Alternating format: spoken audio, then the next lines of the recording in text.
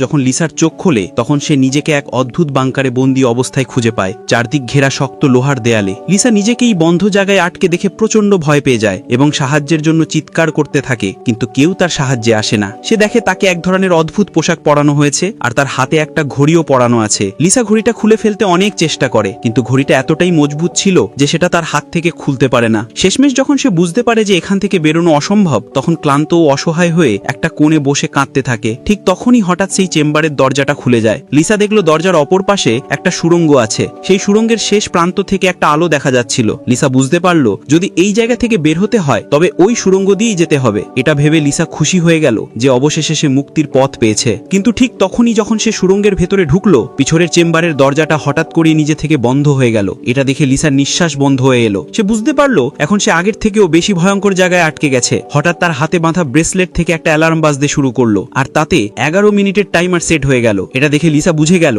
তাকে 11 মিনিটের মধ্যে এখান থেকে বের হতে হবে, না হলে সে চিরদিনের জন্য এখানেই আটকে যাবে। এই ভাবনা মাথায় আসতেই লিসা হাত পা ব্যবহার করে রেঙে রেঙে সেই আলোর দিকে এগোতে শুরু করলো। কিন্তু যতই সে আলোর কাছে যাচ্ছিল, সামনে থাকা সুড়ঙ্গের দরজাটা ধীরে ধীরে বন্ধ হতে শুরু করলো। এটা দেখে লিসা আরো দ্রুত এগিয়ে গেল, কিন্তু যখন সে দরজার একদম কাছে পৌঁছলো তখন দরজাটা পুরোপুরি বন্ধ হয়ে গেছে। লিসা বুঝতে পারছিল না এখন কি করবে। সে চিৎকার করে কাঁদতে লাগলো। তখন তার চোখে পড়লো দরজার পাশে দিয়ে একটা খুব সরু সুড়ঙ্গ, কিন্তু সেটা এতটাই সরু যে ওখান দিয়ে যাওয়া প্রায় অসম্ভব। তবুও লিসার সামনে আর কোনো উপায় ছিল না। সে সাহস করে সেই সরু সুড়ঙ্গের ভেতরে ঢুকে গেল এবং অনেক কষ্টে